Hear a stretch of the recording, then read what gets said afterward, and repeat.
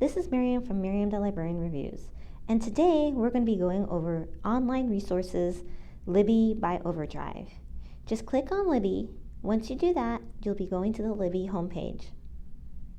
As you can see, we've talked about Libby before, but I'm going to be going over some new tips and tricks. Here are all the magazines that you'll see on the front page. What I did is I went to my shelf and I see a few buttons on the top. So I'm going to click on those buttons so you see what they do. The first button is the Titles I've Borrowed buttons. These are the titles that I've borrowed in Libby. 2 magazines so far, and you can sort them by author or title. The next button is yellow, it looks like a piece of cake. This one is items that I have sampled. So these are all the magazines that I kind of looked at, but I didn't really borrow from Libby. It's just giving me a record of what I looked at real quick.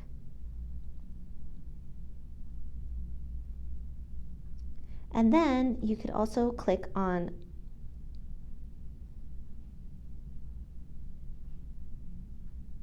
your loans, which is the ones that I picked out, which is performance and car and driver. Due next. What's due next? One is due in 3 days and one is due in 15 days. Then you click on new. These are some of the newer magazines that I checked out. You can click on by title, so it'll alphabetize it for you, and then finally by author. This is really good when you have a bunch of magazines and you need to put them in order so you know what you've read. Also, you can synchronize the shelf so that if you have it connected to another device, it'll connect to that device so they have all the magazines.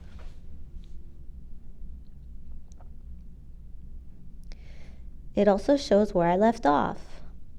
If you have any questions for Libby, you can also click on the sidebar and it'll say questions. You could also manage your notifications. If you want to get notified when new magazines come, contact your library. You could also change your language or copy to another device. Here, I'm going to ask Libby about magazines. So I just typed it in the chat box. This gave me some of the things that came up, filtering by format, or if I could read landscape on my phone. But you could type up any question that you have.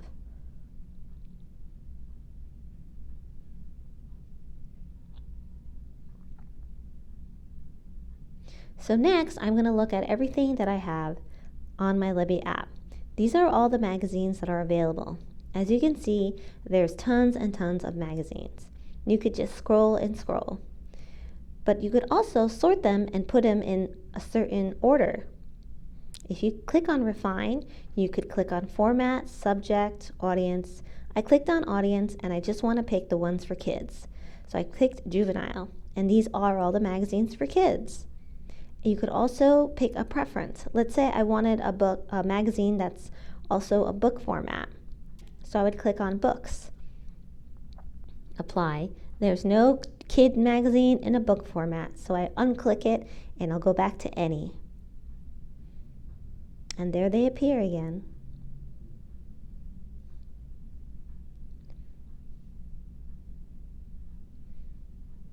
So as I scroll down, I click on Spirit and Destiny. This is another magazine I was interested in, but I want to see if it's in a series. So I clicked on series, and that's what came up. This will show me all the magazines in this particular title, Spirit and Destiny. It gives me a synopsis of what it's about. And these are all the magazines. It looks like there's 3.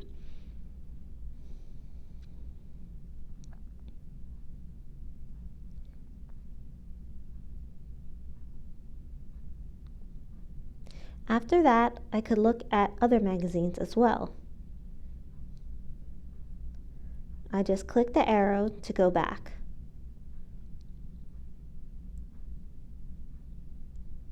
So now I'm going to pick another magazine that I'm kind of interested in. Variety. Variety has many, many issues. So I'm going to click on that and see what issues come up.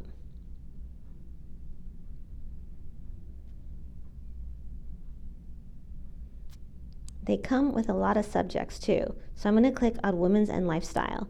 When I click on Women's and Lifestyle, all the Women and Lifestyle magazines show up. So if you like variety or you like Car and Driver, it kind of gives you an idea of other magazines that would be in that same genre.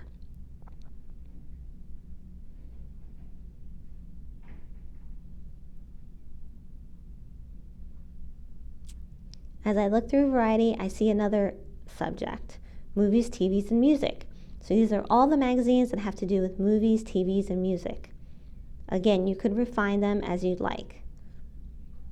So once you pick a subject that you really are interested in, this is the way that you could find more about them and see if there's other magazines in that same subject.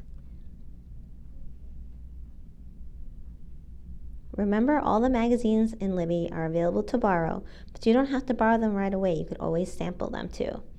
And they're saved in your history, as we saw in the beginning. So if you forget, you could just go to history and it will give you a running tally of what you've seen. This is what I have borrowed, and that's my timeline. You could also disable and remove all activity. If you don't want anything to be saved on the magazines that you've seen, you want to just start new, you could always click on those. So thank you for watching this episode of Miriam the Librarian Reviews and the Libby app. We'll see you in the next episode. Bye-bye, everybody.